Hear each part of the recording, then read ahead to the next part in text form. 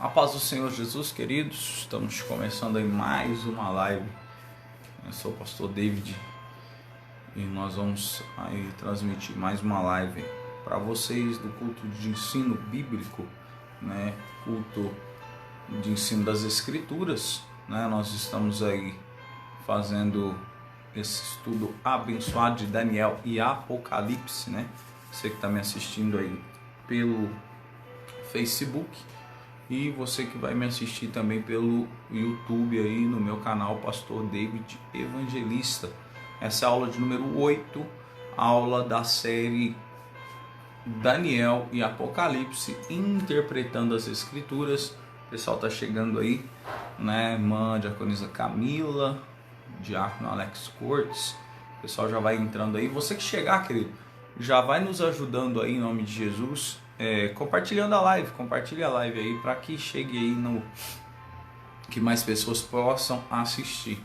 E você que for também assistir pelo YouTube, né, no canal aí Pastor David Evangelista, possa também estar compartilhando esse vídeo para chegar em mais pessoas. Aula de número 8, aleluia, de Daniel e Apocalipse. Eu vou entrar aqui na aula e a gente já vai dando início aí. Você que for chegando aí vai convidando mais alguém para estar com a gente. Nós falamos aí na última aula de Daniel 7, né? E paramos aí no versículo, no capítulo de número 12, 11, 12.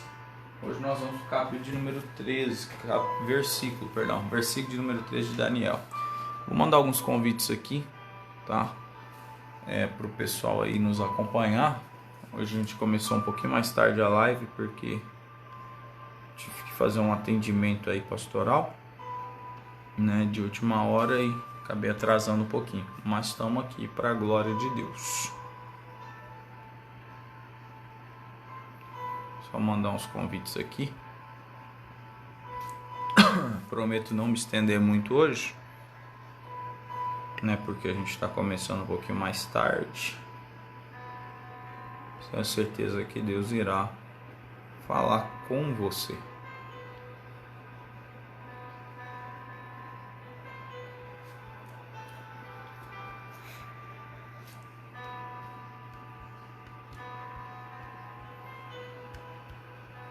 Vai convidando o pessoal aí, irmãos, pra gente já dar andamento, tá bom?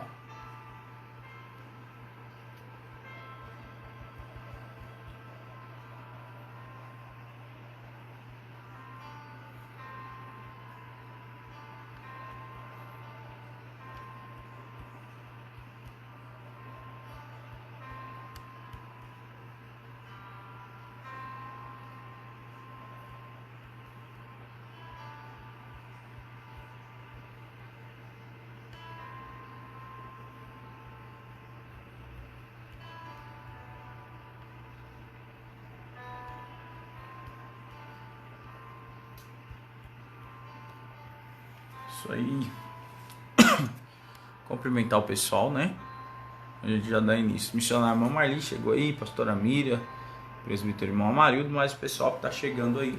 Querido, vamos orar pra gente dar continuidade. Irmã Néria, aleluia, Deus abençoe, irmã Néria. Pra gente dar início, né? Na aula de hoje, pra glória do Senhor. Vamos orar. Amado e querido Deus, em o nome do Senhor Jesus Cristo, ó Pai, nós nos colocamos na Tua presença, Senhor, nesta noite. Queremos Te glorificar, Senhor, e Te exaltar na beleza da Tua santidade, porque Tu és um Deus santo, verdadeiro, fiel, tremendo, bendito, que pode, Senhor, fazer todas as coisas segundo a Tua vontade, segundo o Teu querer. Em o nome do Senhor Jesus Cristo, eu quero clamar a Ti, Senhor, nesta noite, pedindo, meu Pai, a bênção do Senhor, a graça do Senhor, a misericórdia do Senhor sobre nós. Fala conosco, Senhor meu Deus, derrama do Teu poder, derrama da Tua glória, derrama, Senhor meu Deus, da Tua bênção sobre nós. Porque Tu és, Senhor, santo, porque Tu és verdadeiro, porque Tu és bendito. Pai, em nome de Jesus, Senhor, eu clamo por cada vida, Senhor, que está conosco nesta noite, Senhor, nesta live, possa, Senhor, ter seus olhos, ouvidos espirituais abertos, Senhor, para a Tua palavra, possam entender, Senhor, assimilar a verdadeira, Senhor, meu Deus, essência da Tua palavra para a glória do Teu nome. Em o nome do Senhor Jesus Cristo, eu quero glorificar a Ti, exaltar a Ti, bendizer a Ti, pedir, meu Pai, em o nome do Senhor Jesus Cristo, fala conosco, Senhor, fala com cada um que está aqui nesta live, fala, Senhor, profundo o coração, escondido de cada um, para a glória do Teu nome. Assim eu oro, meu Deus, eu Te louvo e Te agradeço, aleluias, amém, Senhor, e graças a Deus. Amém, queridos, louvado seja Deus, o pessoal está chegando aí, cooperador João Edson, nossa irmã Joana Dark, esposo, irmão Jamir Moraes, Deus abençoe. Queridos, vamos então à nossa aula de hoje. Às vezes devido ao horário tem menos gente online aí, porque nós começamos a aula um pouquinho mais tarde, mas vamos lá. Você que tem o conhecimento aí, os irmãos que estão sempre com a gente, manda um convite da live para eles não perderem a aula, tá bom? Manda um convite de hoje para eles não perderem a aula. Vamos lá. Nós estamos na aula de número 8. Nós estamos aí estudando sobre a profecia de Daniel no capítulo 7, tá? Daniel capítulo 7, que fala sobre os 4 animais. Nós já vimos sobre os 4 animais, já falamos sobre eles, o que eles são, o que eles representam. E nós estamos então falando sobre aquele pequeno chifre que surgiu da cabeça dos 4 animais, tá? A cabeça do quarto animal, na verdade, o animal terrível. Havia um quarto animal, nele tinha 10 chifres, e a gente está falando daquele pequeno chifre que subiu ali e abateu os 3 pequenos chifres. Pois bem, nós estamos então no versículo, exatamente no versículo 13 do capítulo de número 7 de Daniel, e é o que nós vamos tratar hoje aí. Quero cumprimentar nosso irmão em Cristo aí, o evangelista Mike Mokai. E nós então vamos falar a respeito disso. Vamos para Daniel, capítulo 7, verso 13, que o texto diz exatamente isso aqui, ó. Eu estava olhando nas minhas visões da noite, e eis que vinha nas nuvens do céu como filho do homem, e dirigiu-se ao ancião de dias, e o fizeram chegar até ele. Deixa eu só diminuir o fundo aqui, querido, a gente volta aqui, pera lá. Só um segundinho.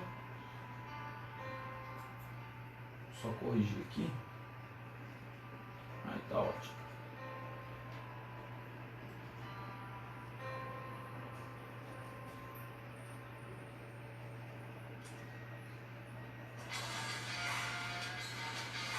Só corrigir isso aqui. Tá bom. Vamos lá. Então o versículo de número 13 está dizendo que ele estava olhando as visões da noite, diz Daniel, né? Recapitulando aí, nós estamos falando de Daniel, né?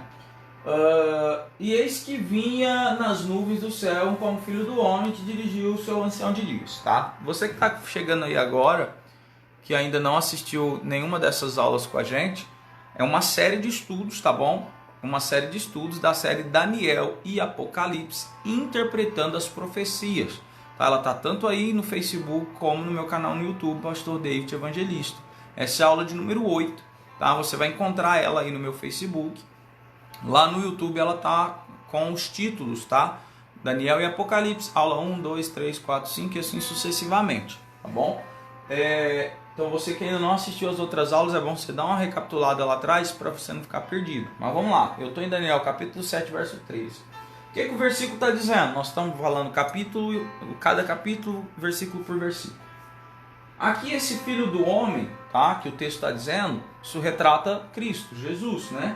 O termo filho do homem, tá, no original hebraico, ele traz a ideia de homem mortal, tá?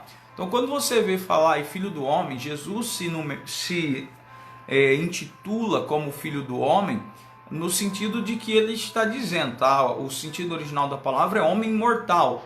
Jesus está dizendo, olha, eu vim nascido de mulher, eu vim, como a profecia diz, como um homem mortal. A gente vai ver muito isso comum, por exemplo, em Ezequiel.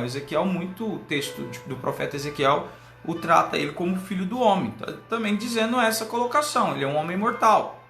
Jesus, ele veio em carne, ele era 100% homem mortal e 100% Deus imortal. Então, por isso, o texto, quando relata filho do homem, é uma expressão para homem mortal. No caso da pessoa de Jesus, está implicando a natureza terrena de Jesus, que ele teria que morrer para prestar o sacrifício perfeito. Então Daniel está fazendo aqui uma visão apocalíptica, tá? Uma visão escatológica, falando de Jesus. Ele viu, né? Lembra que na aula passada ele viu os tronos e o ancião de dias, que é Deus, assentado no trono, e os livros foram abertos. Então, é isso aqui que ele está falando. Daniel teve uma visão do fim, uma visão apocalíptica, uma visão reveladora, uma visão escatológica. Termo, então, filho do homem, acho que isso aqui é bem tranquilo. No verso 14 está dizendo assim, ó: e foi-lhe dado domínio e honra, e o reino, para que todos os povos, nações e língua o servissem.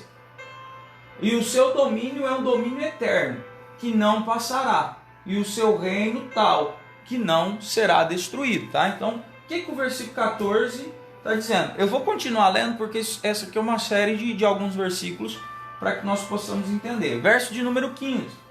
Quanto a mim, Daniel, o meu espírito foi abatido dentro do corpo, e as visões da minha cabeça me perturbaram. Cheguei-me a um dos que estavam perto e pedi-lhe a verdade acerca de tudo isso. E ele me disse e fez-me saber a interpretação das coisas. Esse foi o verso de número 16. Então, se eu pegar Daniel capítulo 7, do verso de número 11 até o 16, eu estou pegando aqui uma questão geral, né? Eu li aqui o 11, o 12, o 13, o 14, o 15, o 16, mas desde o 11 até até o versículo de número 16, o resumo é o quê? Está trazendo a ideia de que Jesus Cristo é o Filho do Homem. Ele viu, né? Isso eu já falei a respeito, o homem mortal, para trazer essa salvação, sacrifício perfeito. Fala sobre o quê? Sobre o seu ministério eterno, tá? Essa questão de que todos, o versículo de número 16,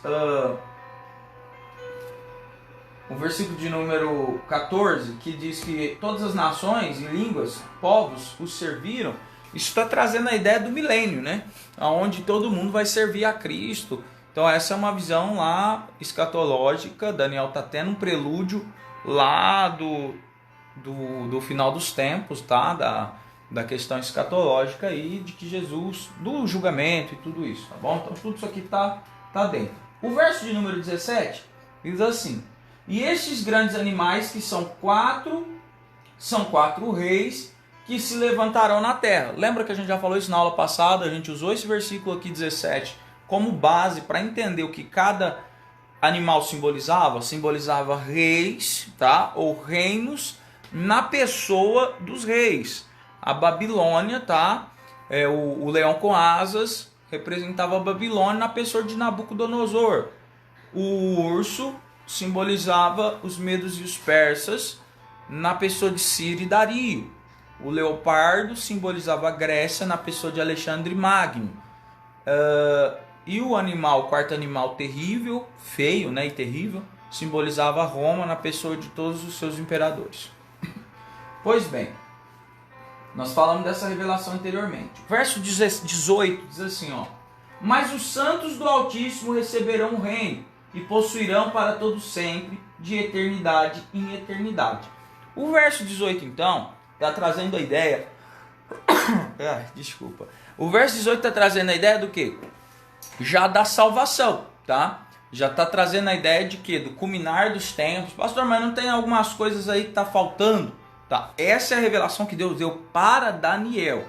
E como eu falei para vocês, o livro de Daniel ele é tudo conectado. A gente vai ver que várias profecias estão conectadas. Essa de Daniel 7 está conectada com Daniel 2, da estátua. Então a gente tem muita coisa que está uma sendo mais revelada e mais em cada ponto da revelação de Deus para Daniel. E a gente vai vendo isso em todo o capítulo, todo o livro, tá, de Daniel.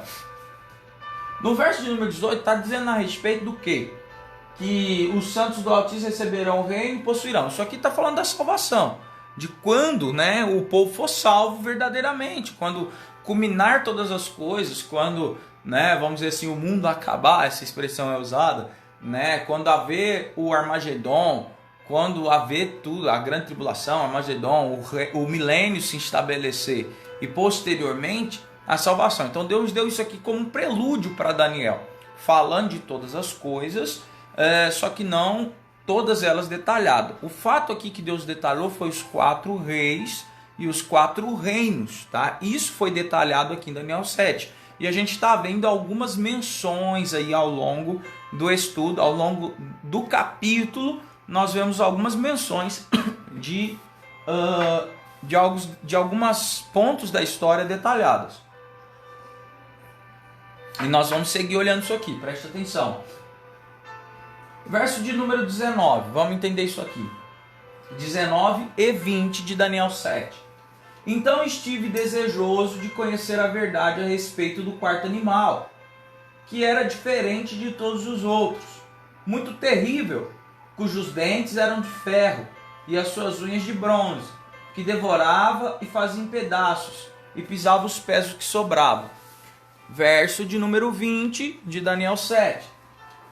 E também a respeito dos 10 chifres que tinha na cabeça, e o outro que subiu, de diante do qual caíram os 3 chifres, isto é, aquele que tinha os olhos e uma boca que falava grandes coisas, no caso falava palavras de blasfêmia, e cujo parecer era mais robusto do que os seus companheiros. Só para a gente recapitular, nós já falamos isso aqui, dos 10 chifres, que eram 10 poderes, né? Dentro do quarto animal, que é Roma. E nós falamos que esse chifre pequeno que se levantou e destruiu 3 chifres é o poder religioso na pessoa do Papa, tá? Do poder papal. E Roma destruiu 3 nações lá dos bárbaros, né? Foram lá e pegou o povo bárbaro e matou ali 3, aniquilou 3 nações daquele povo bárbaro. Isso a gente falou já em algumas na aula passada. Então nós temos a visão uma parte bíblica e uma parte histórica aqui, que nos deixa isso bem claro. Agora vamos entrar agora no verso 21 de Daniel. Agora começa a dar uma esquentada. Por quê? Porque aqui a revelação ela é mais clara e mais rica em detalhes. Então preste bastante atenção. Verso de número 21. Eu olhava e eis que este chifre fazia guerra contra os santos. De que chifre que Daniel está falando? Do chifrezinho pequeno que se levantou no meio dos 10 chifres e que abateu 3 chifres. Eu olhava e eis que esse chifre fazia guerra contra os santos e prevaleceu contra eles. Verso 22. Até que veio o ancião de dias e fez justiça aos santos do Altíssimo.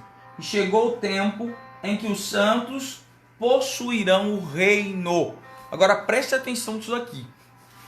O texto está nos dizendo que este chifre pequeno fez guerra contra os santos do Altíssimo e prevaleceu contra eles, tá? Porém, passou-se um certo tempo, o ancião de dias veio e arrebatou o poder desse chifre pequeno, acabou com ele e os santos possuirão seu reino. Vamos entender o que é isso. O que é o possuir do reino para os santos? É a promessa de salvação para todos nós, tá? É a promessa de reconciliação com Deus, de morar eternamente com eles. Claro, isso aí eu acho que está bem claro para todos nós. Mas vamos entender o que é essa questão aqui. Qual que é o detalhe que tem no verso 21? O versículo de número 21, ele faz menção de algo ocorrido, como já falamos, por exemplo, a Inquisição Católica, tá? Quando eu olho para a Bíblia e o texto fala que aquele chifre pequeno, e nós entendemos pela história que esse chifre pequeno é um poder religioso que se levantou dentro de Roma, e quando eu pego a datação que eu mostrei para vocês na aula passada, lá ano 500 e alguma coisa, nós estamos falando exatamente de quando o poder papal tomou força e começou a ser deusificado, vamos dizer assim, começou a ser um poder divino, como uma divindade. O poder papal, nesse ano a qual nós citamos aí na aula passada, ano de 500 e alguma coisa, de 400 e pouco a 500 e pouco. Né? Depois você olha na aula passada, eu não me recordo o número exato aqui. Mas, quando o poder papal começa a tomar forma, começa a se encorpar na pessoa desse chifre pequeno, o texto vai dizer que o chifre pequeno fez guerra contra os santos e prevaleceu. Tá? Aí nós temos o quê? Nós olhamos que esse poder pequeno é esse poder religioso, o chifre pequeno é o poder religioso e é o poder papal. Nós vamos ver o que? Na Idade Média, a igreja, a Inquisição Católica. Quando diz que ele fez guerra contra os santos e prevaleceu, nós temos duas visões. Tá? Isso faz menção à perseguição, tá? A perseguição contra a igreja ao longo da história.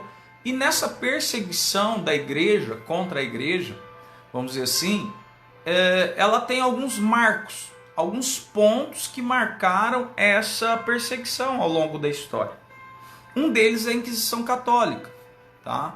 Que matou vários e vários cristãos. Eu estava até falando disso com outros irmãos outro dia, pessoalmente. Quando eu pego, por exemplo, a Babilônia, quando eu pego a Síria, que foram povos que lutaram contra os judeus, mais acirradamente a Síria e a Babilônia, porque os outros que vieram depois, os medos e os persas, os gregos, Israel, no caso os judeus já eram escravos ou já tinham sido tomados, mas a Síria e a Babilônia, enquanto Israel ainda permanecia de pé, não tinha sido tomada, nós vemos que esse povo eles mataram judeus, mas só os que resistiram, só o exército, só aqueles que resistiam.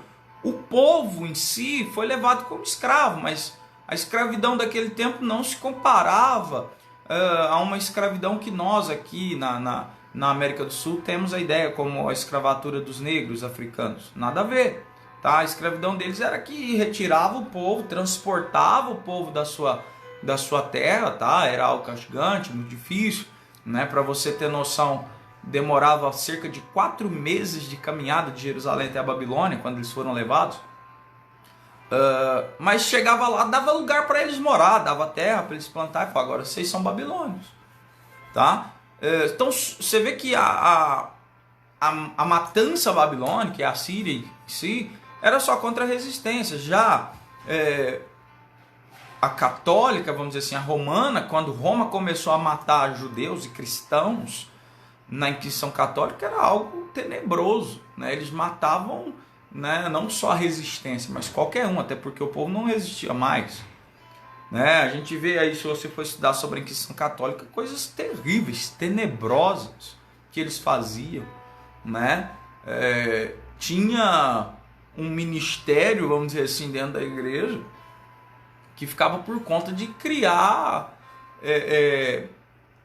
ornamentos de tortura, máquinas de tortura para torturar as pessoas, pelo simples fato de alguém ler a Bíblia ou recitar versículos. Né? As bulas papais começaram a ser lidas como se fosse a voz do próprio Deus, com coisas insanas. Né? Quando você vai ouvir sobre os templários, por exemplo, os papas davam lá fazer uma oração com eles, falavam, mata em nome da igreja e você vai ser liberto. O cara deve estar queimando no inferno agora, nesse momento, porque acreditou num louco que falou que ele podia matar em nome da igreja. Isso é absurdo. Sem contar a tortura que qualquer cristão que não pegava para si a doutrina apostólica católica romana, qualquer um que teve uma época que a Bíblia foi proibida de ler. Se alguém lesse a Bíblia ou recitasse qualquer versículo da Bíblia de cor, matava a família inteira. Tudo isso em nome da igreja, né? Em nome de Deus. Que Deus é esse? Esse próprio Satanás. Entendeu? Então aconteceu coisas tenebrosas, terríveis. E o texto no verso 21 de Daniel 7 diz que esse chifre pequeno lutou contra os santos e prevaleceu. Por vários anos a igreja católica, apostólica romana, matou cristãos autênticos e verdadeiros. Né? E a gente vai ter aí, por exemplo, se você for estudar a respeito, você vai ver quão tenebroso foi. O quão a igreja perseguiu e matou. A gente tem, por exemplo, o relato dos valdenses, que foram perseguidos acirradamente pela Igreja Católica, os anabatistas, que foram destruídos, aniquilados pela Igreja Católica, entre outros povos cristãos autênticos que se recusaram a viver aquele cristianismo que não tem nada de cristianismo, como eu disse para vocês, é um romanismo, morriam a fio da espada, era jogado aos leões, eram mortos de formas terríveis, despedaçados, esquartejados, entre milhões de outras formas de tortura. Esse chifre pequeno lutou contra os santos e prevaleceu. O texto está dizendo, esse chifre pequeno é o poder papal. É o poder papal. Por um período de tempo. O texto de Daniel, a revelação de Daniel 7:21, traz a ideia da perseguição aos cristãos, aos santos do Altíssimo. O que quer dizer a palavra santos do Altíssimo? Aos cristãos verdadeiros, porque se intitular cristão é uma coisa, agora ser cristão verdadeiro é outra totalmente diferente. Ele lutou e prevaleceu contra os santos do Altíssimo. Isso aqui tem duas visões, a visão que se cumpriu ao longo do tempo e a visão escatológica, que vai acontecer também na grande tribulação. Na grande tribulação, aqueles que se converterem a Cristo na grande tribulação, aqueles que não negarem ao Senhor na grande tribulação, vão ser perseguidos e mortos. Perderão as suas cabeças para ter salvação. É o que o texto de Apocalipse vai nos dizer. Então entenda que esse fator fez guerra contra os santos do Altíssimo e prevaleceu, está nesses dois sentidos. Um sentido na perseguição da história, na linha do tempo, desde quando a igreja até hoje, ou, né, até Jesus Cristo voltar, e uma parcela dentro da grande tribulação, a visão, né, que está se cumprindo e a visão escatológica. Eu já falei isso aqui em outras aulas, quase todas as profecias, quando Deus dava essa profecia para o profeta, ela tinha duas aplicações. A aplicação para aquele povo, para aquele tempo, que iria acontecer naquele tempo, e a visão escatológica. Pastor, por que eu não vejo isso claramente? É porque o profeta, irmão, ele é homem como eu e você. O profeta, ele recebia de Deus e ele passava, né? A palavra profeta quer dizer o que fala no lugar de outrem, ou o que fala no lugar do outro. Quem é esse outro? Deus. Tá? Então o profeta recebia de Deus e passava. Só que o profeta, ele é humano, ele é temporal. Agora Deus é eterno. Quando a profecia vem, ela não é só apenas temporal, ela é atemporal. É uma visão para aquilo que aconteceu aqueles dias e a gente vê algo escatológico. Quase 100% das profecias ela tem uma aplicação para aqueles dias e aplicação escatológica. Eu já falei isso aqui em algumas outras aulas.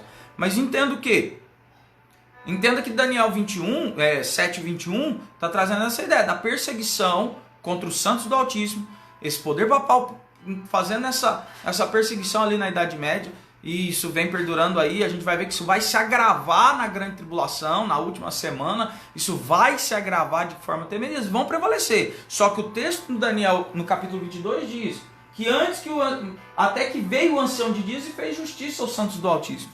Deus, ele vai fazer justiça a nós. Deus, ele vai fazer justiça, vai fazer cessar essa perseguição. Só que nós sabemos que isso é só no culminar dos tempos. Isso é só no final dos tempos.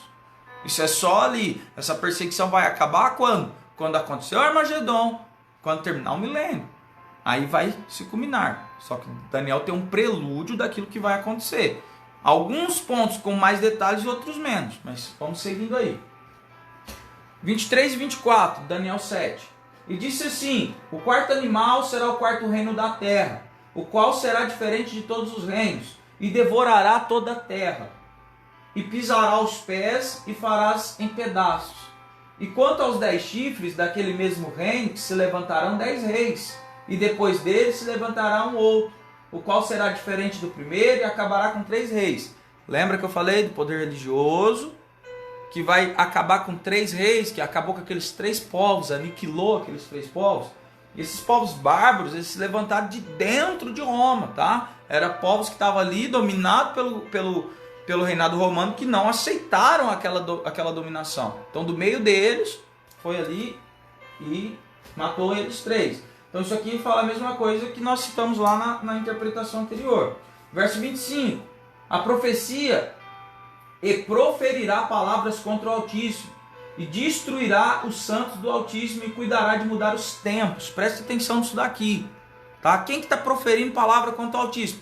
O chifre menor, que tinha olhos, que tinha boca, e que falava palavras de blasfêmia. O chifre menor, então, esse poder, tá, religioso, que proferia palavras contra o Altíssimo. Preste atenção. E ele destruirá os santos do Altíssimo e cuidará de mudar os tempos. Preste atenção qual que é a jogada aqui. Olha a jogada de Satanás aqui, tá?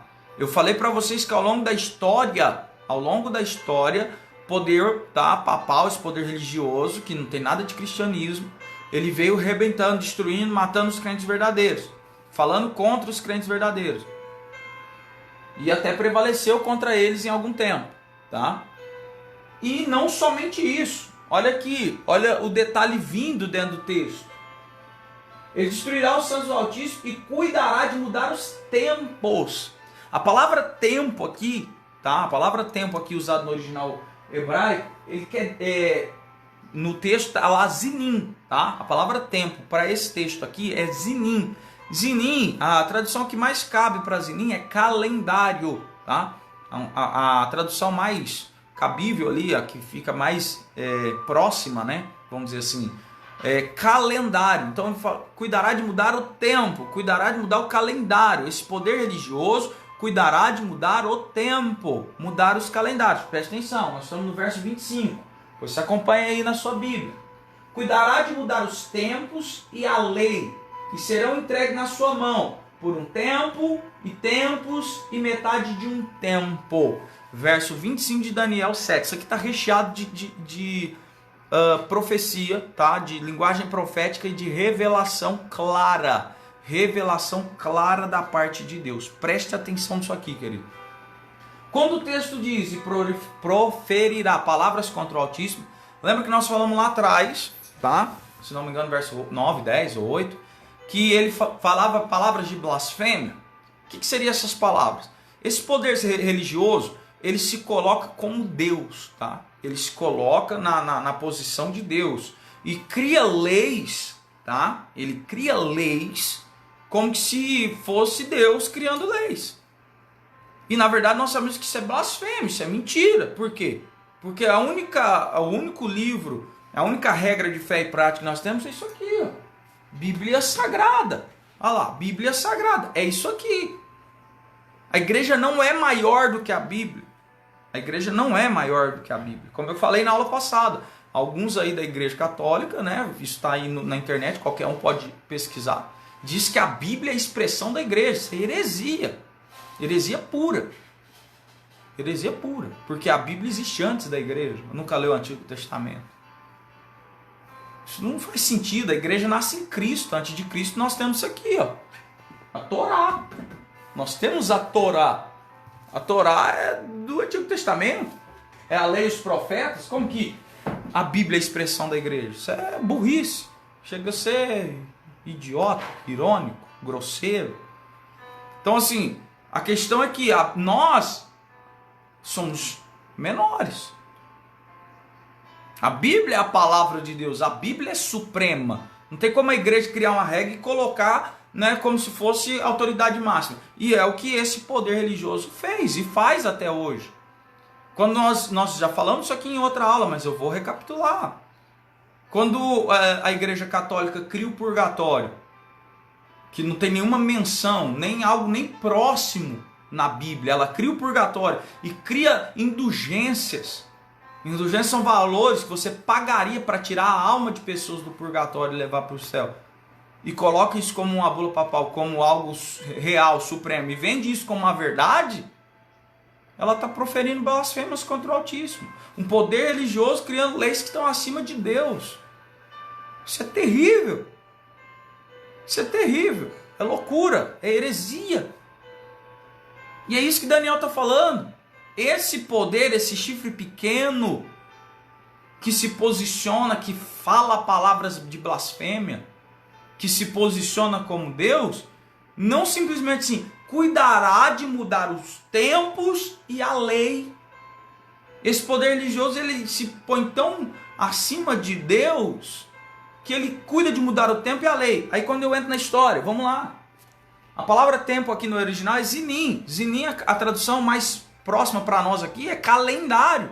Só que como assim mudar o calendário? Querido, pasme você, mas você consegue aí achar isso aí no qualquer pesquisa básica na internet. É igual eu falei, quando eu me formei, a internet não era do jeito que a gente tem hoje, que você clica aqui e acha lá, não. A gente tinha que meter a cara no livro e estudar e ler, e buscar e ler. Hoje em dia não, você coloca a palavra-chave lá, a internet dá 1.100 fontes. Então hoje está fácil de você fazer uma pesquisa. Hoje é simples. Quando você pega o calendário, eu não sei se você sabe disso, mas se você buscar, Roma mudou o calendário umas 5 vezes. Você tem noção disso? E o texto de Daniel, isso foi revelado para Daniel, cara. Agora onde que está Daniel? Isso foi revelado para Daniel, capítulo de número 7, verso de número 25. Ele cuidará de mudar o calendário, mudar os tempos e a lei. Quem que é esse? O poder religioso que blasfema contra Deus, que cria, né, pontos antibíblicos, que cria, né, um purgatório. Se eu estou falando purgatório, estou em uma situação, mas criou N outras situações falando aí que assim a pessoa iria a Deus. Ensinou que se você, né, rezar repetidamente a mesma coisa, Deus vai ouvir. Ensinou que se você pedir, né, para uma intercessora, uma mediadora, para a mãe de Deus, cara, Deus não tem mãe. Mas para a mãe de Jesus, se você pedir para ela, ela vai te ouvir. Não vai, querido. Não, isso não é bíblico. Não tem nenhum ponto na Bíblia que prove isso. Então esse poder religioso blasfema contra Deus. Cria heresias e tentou mudar o tempo e a lei. Quando eu falo de mudar o calendário, você vai olhar, Roma mudou o calendário umas 5 vezes. Pesquisa aí quantas vezes o calendário foi mudado. E entenda, primeiro, eu vou falar só uma. O calendário usado antes era o calendário solar e lunar. Nesse tempo aqui era o calendário... Qual calendário? O calendário hebraico. O calendário hebraico. Aleph, Bet, né? O calendário hebraico.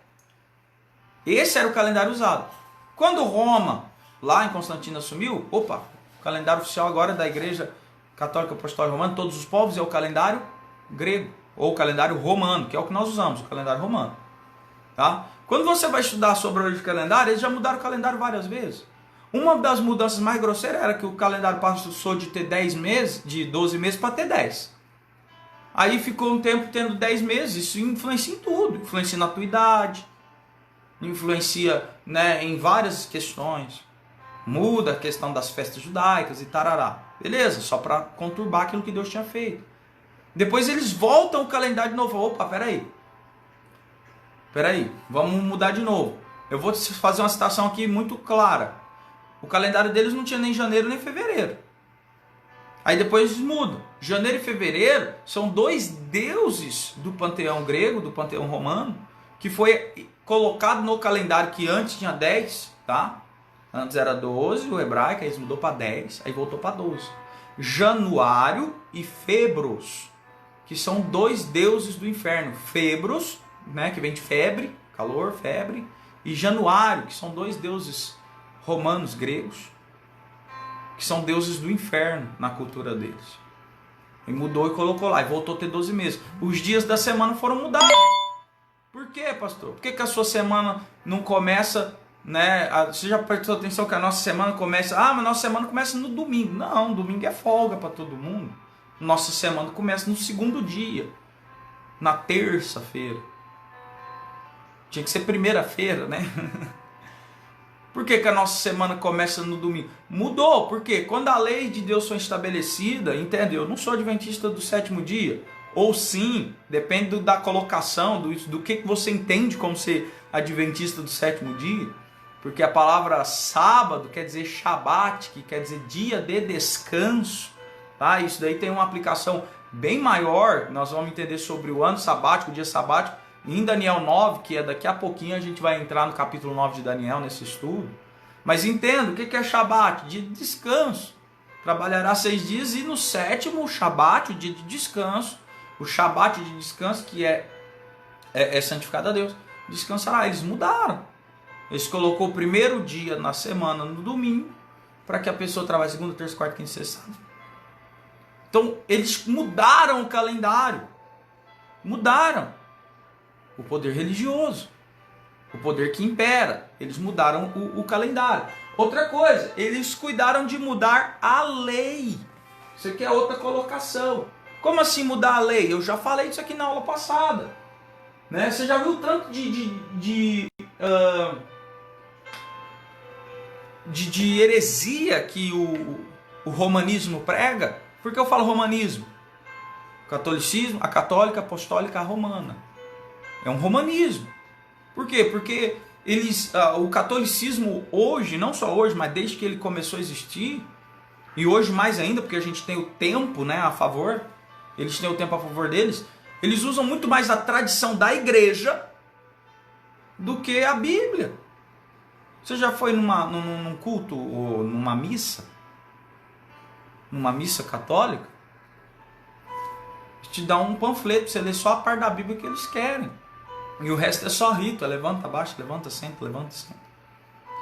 Eles mudaram a lei. Outra questão, citei isso aqui, eu creio que eu citei na aula passada. Se você ler aqui, tem Bíblia católica aqui. Tem Bíblia católica no acervo. Se você ler a Bíblia católica, lá em Êxodo 20, os 10 mandamentos, tá lá.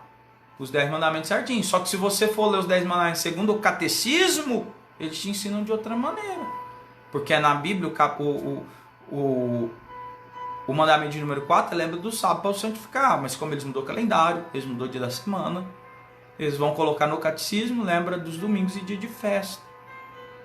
Ah, pastor, mas isso aí não tem nada a ver. Querido, nós somos protestantes. Nós não guardamos o sábado. No entanto, nós ensinamos o que a Bíblia tem. Está escrito assim. Para que eu vou mudar? Explicamos o real sentido. Nós não precisamos mudar. Nós explicamos o real sentido. Então, entenda que isso é muito sério. Isso é muito sério. Daniel teve essa revelação. Daniel teve esta revelação. Isso está aqui. Daniel, capítulo 7, verso 25. E eles tentaram, esse poder religioso mudou tanto a lei, tentou mudar a lei, né, e mudar o calendário, Zinim, os tempos, Zinim, calendário. Isso está na história, não é? O pastor David está inventando, está na história, querido, vai na história. E você vai ver que realmente o poder romano mudou isso aí. Por isso que às vezes mas vocês estão contra. Cara, eu não sou contra ninguém. Eu não luto contra pessoas. A minha luta não é contra pessoas, não é contra carne e sangue, mas contra potestades, principados e dominadores do mal. São demônios que influenciam as pessoas a viver uma vida errada. Eu não sou contra a pessoa. Você é contra o fulano tal? Eu sou contra aquilo que ele pratica. E a gente está aqui mostrando a palavra do jeito que ela é, porque essa aula você não tem na igreja. Essa aula eles não te dão lá no catecismo. Essa aula ninguém te contou na igreja católica. Por quê? Porque senão eles vão perder adepto. Mas a minha função e missão e chamado de Deus é pregar a palavra de Deus, a Bíblia. Doa quem doer, goste quem gostar. A Bíblia ela tem que ser expressada expositivamente. Você está entendendo? É isso que eu estou aqui para mostrar para vocês. Pastor, mas isso aí é a teoria da conspiração. Meu irmão, lê o texto. Lê o texto e olha na história. Eu te ensinei a interpretar a profecia aqui. Você vai conseguir olhar as outras aulas e você vai ver. As duas formas clássicas. Textos fáceis explicando os difíceis. A própria Bíblia vai me falar muita coisa. E o que a Bíblia não falou, eu tenho tempo ao meu favor. E o tempo vai mostrando. Você vai encaixando nos anos certinho. Você vai ver que vai dar tudo certo. Então essa questão é muito clara. Nós temos que estar muito focados nisso aí. Esse poder religioso mudou o calendário. E quando você vai estudar na história, eles mudaram. E aí eles mudam a lei. Eles ensinam de forma errada, de forma diferente. Eles criam coisas que não estão na Bíblia. Agora, eu quero ver quem que vai conseguir me provar o contrário. Porque as bulas papais, o ensinamento do cristianismo católico, que não é um cristianismo, é um romanismo. Mas você está falando contra... Não estou falando contra a igreja. Eu estou falando contra o romanismo que é ensinado na igreja. Que isso mata e leva pessoas aos milhões para o inferno. E a Bíblia está aqui, clara, todo mundo tem ela. Mas só está na cristã. Não, senhor, está na Bíblia católica também. Daniel está ali na Bíblia católica, é o mesmo texto, você pode abrir e ler. Você pode abrir e ler. Não, vamos fazer diferente. Eu vou abrir e ler. Bíblia Católica, edição pastoral. Eu vou abrir Daniel, capítulo 7, de verso 25. Está aqui, ó. Não é na minha Bíblia. Ah, mas por que não me ensinaram? Porque isso é muito mais sério do que você pensa. Muito mais sério do que a gente imagina. Daniel, capítulo de número 7, verso de número 25. Está dizendo exatamente o seguinte. Está aqui na minha mão. Ó. Exatamente o seguinte. Blasfemará contra o Altíssimo e perseguirá os seus santos. E pretenderá modificar. Olha aqui, na Bíblia Católica está me ajudando mais ainda. Eu vou colocar aqui para você não falar que fui eu. Vou virar a câmera aqui. Olha a tradução maravilhosa aqui, ó. Blasfemará contra o Altíssimo, perseguirá os seus santos, pretenderá modificar o calendário e a lei de Deus.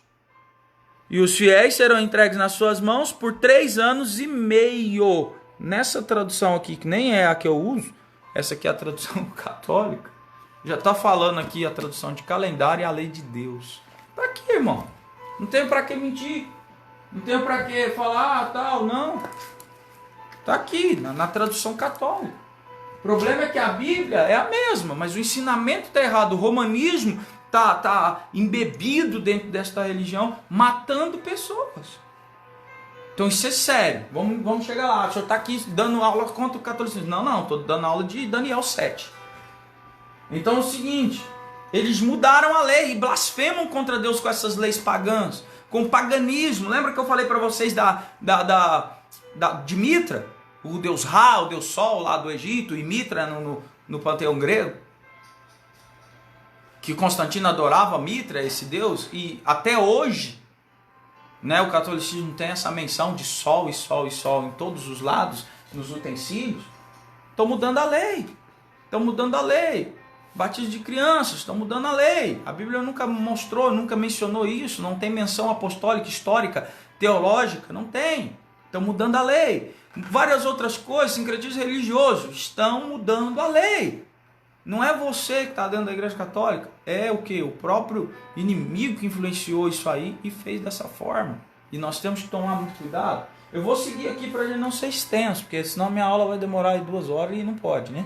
Vamos lá. Nesse ponto, olha aqui. Nesse ponto aqui nós temos que entender, nessa parte B do versículo, há 2 pontos de vista relevantes. Um é como vimos, a palavra no tempo de profecia, quer dizer anos, tá? Porque a Bíblia vai falar aqui na parte B, eu estou falando do versículo de número, deixa eu só voltar aqui, na parte B do versículo 25, que eles, eu vou ler de novo aqui, ó, e eles serão entregues na mão desse poder religioso, por um tempo, 2 tempos, metade de um tempo, por 3 anos e meio, na tradução católica já está 3 anos e meio. Lembra que aqui a palavra tempos em profecia significa anos, tá? Tempo significa anos. Então, um tempo, 2 tempos e a metade de um tempo. Então, 3 anos e meio. Tempo, 2 tempos e metade de um tempo. Então, quer dizer 3 anos e meio, isso aí tem lá na tabela de conversão profética.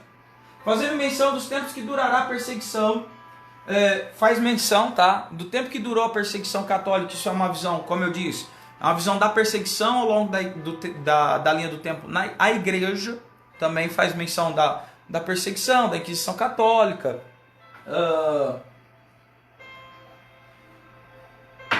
A perseguição dos cristãos ao longo do tempo, na história. E a visão escatológica, onde que trata da perseguição do anticristo, tá? A perseguição do anticristo à igreja. Por quê? O que tem a ver o anticristo com o poder religioso? Simples. Nós vamos ver mais para frente em Apocalipse. Mas é simples, entenda. Para que um rei fosse estabelecido, ele precisava de 2 coisas. Ele precisava ser rei, né? Ser chamado rei. Alguém queria ele como rei. Mas ele precisava de um profeta. E ele precisava de um sacerdote para consultar Deus. Tá? A trindade satânica, ela vem nessa mesma ideia. Tá? Nessa mesma ideia, porque quando eu falo de trindade, eu penso, né, logo Deus Pai, Filho e Espírito Santo, sendo um único Deus. E a trindade satânica, ela é instituída por o falso profeta, o homem da iniquidade, o anticristo. O anticristo, o falso profeta e a besta. Tá? Então quando eu falo dessa perseguição aí, por 3 anos e meio, isso faz menção da grande tribulação, que durará 7 anos no na nossa conversão de profecia, e nós vamos falar isso em Daniel capítulo 9, das 70 semanas, e vai entrar a grande tribulação, que será 3 anos e meio de paz e 3 anos e meio de guerra, de conflito. Então por 3 anos e meio ele vai fazer essa guerra, ele vai prevalecer contra os santos do Altíssimo, vai haver morte e destruição contra a igreja, o que sobrar dela na terra. Isso faz menção também do anticristo, mas o anticristo não reina sozinho, ele precisa de um poder religioso para se estabelecer, e esse poder religioso ele tem que estar firmado em um falso Deus, que é a própria besta, falso profeta, que é o falso profeta da besta, e o anticristo que está apoiado no poder religioso. Então isso aqui está fazendo menção do fim, isso aqui está fazendo menção da parte escatológica desses 3 anos e meio, que durará a primeira parte da grande tribulação, tá? Então essa parte B do versículo aqui ela é também muito interessante, porque ela está recheada de detalhes. Aí eu vou entrando para o final aqui de Daniel, tá? De Daniel 7, a gente vai encerrar aqui Daniel 7 na aula de hoje. Se ficar alguma dúvida, você vai me perguntando, vocês têm aí toda a liberdade de entrar no meu particular também e perguntar. Mas entenda o seguinte, essa parte B vai fazer menção da grande tribulação. Pastor, mas aí o que acontece? Acontece que às vezes eu dou uma olhada aqui e eu não consigo compreender. Então vou fazer um geral aqui, ó. Daniel 7, versículo 26 ao 28. Vamos entender isso aqui, ó. Daniel capítulo 7, verso 26 ao 28, para a gente encerrar Daniel 7, e na aula que vem a gente entrar já em Daniel capítulo 8, que também é uma revelação muito interessante. Lembrando que Daniel está conectadíssimo, né, os livros, ó. Daniel 7, nós lemos aqui o verso 25, né, que fez essa menção muito clara desse poder religioso, do que ele tem feito. Agora eu vou ler o 26 até o 28, que são os 3 últimos versículos do texto, aqui com a Bíblia na mão. Vou ler para vocês, diz assim: mas o juízo será estabelecido, e eles tirarão o seu domínio e o destruir, para o destruir e para o fazer até o fim. E o reino e o domínio e a majestade dos reinos debaixo de todo o céu serão dados ao povo dos santos do Altíssimo, e o seu reino será um reino eterno, e todo domínio o servirão e lhe obedecerão. Aqui terminou o assunto. Quanto a mim, Daniel, os meus pensamentos muito se perturbaram, e mudou-se o meu semblante, mas guardei o assunto no meu coração. Então aqui acaba Daniel 7. Esses 3 versículos que eu li aqui, esses 3 últimos versículos, eles vão fazer menção do quê? Do triunfar da igreja, do povo de Deus, né? Respeitando as 2 visões anteriores. Por quê? Porque, como eu expliquei, o profeta não é Deus, tá? O profeta nunca é Deus, né? O profeta nunca pode sobrepor a autoridade de Deus. Então o profeta não é Deus. Quando Deus dá a revelação para o profeta não consegue discernir, cara, isso vai acontecer semana que vem, isso é para daqui 10 anos, vai acontecer tudo de uma vez, ou vai acontecer um pedaço agora, um pedaço na vinda de Cristo. Eles não tinham essa noção. O profeta é humano, o profeta não tem essa noção. Deus é eterno. Deus sendo eterno, ele sabe de todas as coisas. É aquela questão do atributo de Deus, que eu sempre explico para vocês, que a gente aprendeu a vida inteira errada. Né? A gente ouve, Deus é onipotente, onipresente, onisciente. Tá. O que quer dizer onipotência? Onipotência implica ter todo o poder. O que é todo o poder? O poder para fazer tudo. O inimaginável, isso é onipotência. Aí, onisciência é saber de tudo. Ele criou a sabedoria. É ter ciência e sabedoria para resolver o inimaginável. Mas e onipresença? E a gente ouviu a vida inteira que onipresença está em todos os lugares ao mesmo tempo. Tá errado? Não, tá certo. Só que não se limita a isso. Onipresença não se limita a estar em todos os lugares, ao mesmo tempo. Tá aqui comigo agora, ele tá aí com você agora? Tá. Não é simplesmente isso, não se limita a isso. Onipresença quer dizer que Deus está no passado, está no presente, está no futuro. E Ele sabe como acontece tudo ao mesmo tempo. Então Deus, Ele é atemporal. Eu estou no tempo, Deus está fora do tempo. por essa questão, quando ele envia a profecia, que também é atemporal, o profeta não consegue passar com clareza, porque ele não sabe exatamente se aquilo vai acontecer tudo de uma vez, ou mais ou menos, ou vai acontecer um pedaço por aqui e lá. E nós estamos aqui usando a Bíblia porque o profeta recebeu e nós temos o tempo de estudar, de interpretar, e é o que nós estamos fazendo esmiuçando versículo por versículo para você entender e não ser mais enganado, não ser mais enganado por ninguém, que ninguém vos engane, assim diz a palavra do Senhor. Não, Deus não deixa os dele confundidos. Então aqui do versículo 26 ao 28, para fechar, está trazendo essa ideia do triunfar de Cristo, mas nas duas visões. Qual? Na que nós estamos vivendo, essa questão da perseguição, a perseguição que vai acontecer na grande tribulação, e posteriormente vai vir o quê? O milênio. Vai vir o milênio. O milênio vai ser uma paz, ou suposta paz, porque no final do milênio vai acontecer uma guerra ainda. Mas nós estamos vendo esse tempo, e um pouco desse texto aqui de 26 a 28 vai tratar algo que ainda vai acontecer, tá? Ainda vai acontecer, porque o triunfar da igreja, o triunfar dos santos do Altíssimo, como o texto coloca aqui, que seria o triunfar da igreja, é só na glória, tá? É só na glória. Vai haver o arrebatamento da igreja, a igreja vai estar lá com Deus, né? Nas bodas do Cordeiro. Posteriormente, ao findar de tudo, quando acontecer o grande trono branco, quando o povo for realmente acabar o milênio, e aí sim aconteceu o grande julgamento, o grande trono branco, aí sim nós vamos ficar eternamente, tá? Aqueles que já foram no arrebatamento estão lá, esperando terminar os 1000 anos. Acabou os 1000 anos, aí é sempre. Esse é o real triunfar da igreja eternamente. Então esse texto está falando nessa visão escatológica. Vai haver um período de tempo, tá? E esse período de tempo engloba o milênio. O que é o milênio, pastor? Nós vamos falar, tá, em Daniel 7, nós vamos falar em Apocalipse, mas o milênio ele constitui-se em quê? Após o Armagedon, né, tá tudo culminando para o anticristo se revelar, para começar aí as guerras, e quando as guerras começar, tá, vai haver o arrebatamento da igreja, vai se instalar a grande tribulação, e o final da grande tribulação, Deus volta, Jesus vai voltar no Monte das Oliveiras, e vai acontecer o Armagedon, que é a guerra final. Na guerra final, Deus ele vai destruir todos aqueles que são contra ele, tá? Jesus vai destruir todos aqueles que são contra ele. Então vai se instalar uma paz. Quando eu digo suposta paz é porque as pessoas vão viver em harmonia no milênio. Só que o coração de alguns ainda vai ser corrompido. E quando findar esses 1000 anos de igualdade social, de paz, de alegria, ainda vai haver uma tentativa, não vai ser nenhuma guerra, mas vai haver uma tentativa de Satanás enganar o povo. E quando ele enganar o povo, Deus ele vai vir de novo, Jesus vai destruir ele de uma vez por todas, lançar ele de uma vez por todas no abismo. E quando ele for lançado, aí sim é o triunfar da igreja. E é o que Daniel 7, 26 a 28 está dizendo aqui, tá bom? Agora, para a gente finalizar e entender isso aqui, tá? Deixa eu só ler um comentário aqui do irmão David Ângelo. Deus.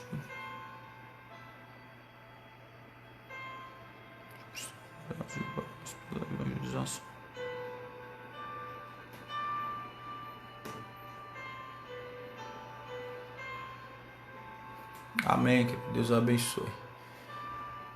Vamos entender isso aqui. Só para mim finalizar, porque quando você lê esse texto de Daniel 7,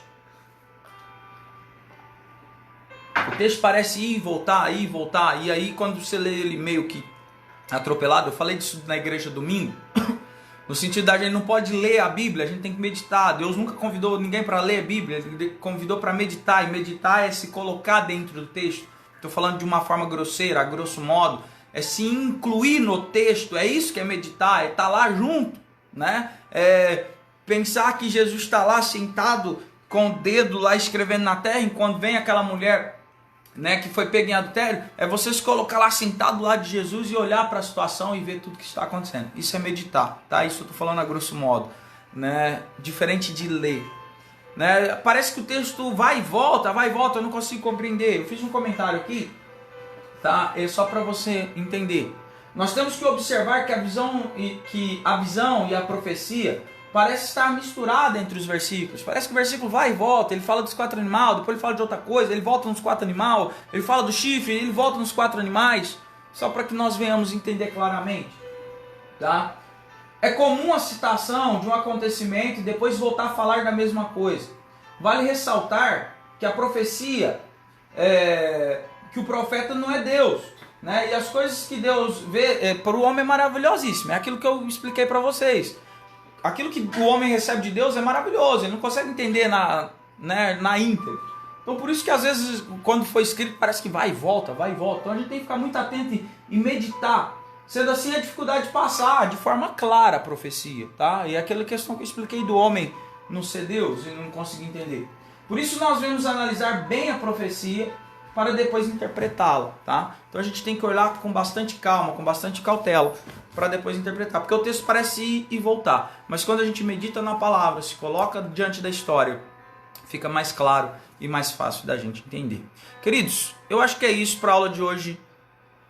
Nós estamos aí com 1 hora de aula, tá dentro da nossa programação. Aula que vem nós vamos falar de Daniel 8. A aula de hoje foi isso, tá? Daniel 7, terminamos aí. Na verdade faz 3 aulas que nós estamos falando de Daniel 7, que é muito grande, tá? E a aula que vem nós vamos entrar em Daniel capítulo 8. E eu tenho certeza que Deus vai falar com você. Eu tenho certeza que Deus vai derramar da graça, do poder, da bênção, da unção dele sobre a tua vida, para que você entenda claramente a Escritura Sagrada e a Palavra de Deus, ainda nessa série Daniel e Apocalipse, interpretando as profecias. Queridos, vamos então aqui, eu vou encerrar, tá?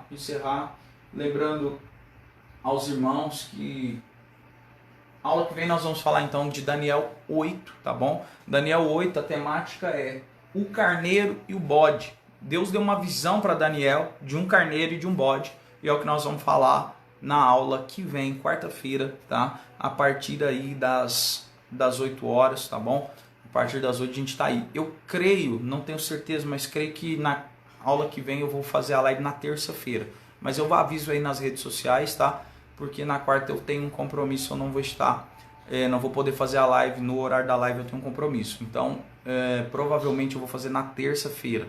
Mas não implica em nada, não muda nada aí, é só você entrar um dia antes, né? E eu tenho certeza que Deus vai falar com você. Queridos, é isso. Deus abençoe você, tua casa, tua família. Que Deus possa ter trazido um pouco de clareza espiritual para você hoje. Que você possa ter aprendido sobre a Bíblia Sagrada. E vamos sempre meditar na palavra de Deus, porque ela nos revela coisas maravilhosas. Vou dar a bênção apostólica, eu encerro nessa noite em nome de Jesus. Eu te abençoe, igreja. Que a graça do nosso Senhor e Salvador Jesus Cristo, o amor de Deus, a comunhão do Espírito Santo seja sobre você, sua casa, sua família e tudo que diz ao teu respeito, hoje até a vinda de Cristo e eternamente. Você que é a noiva, santo e adornado Cordeiro, diz amém.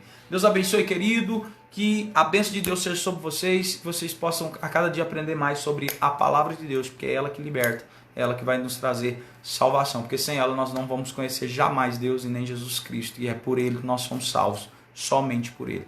Deus abençoe você, a paz do Senhor Jesus e tchau.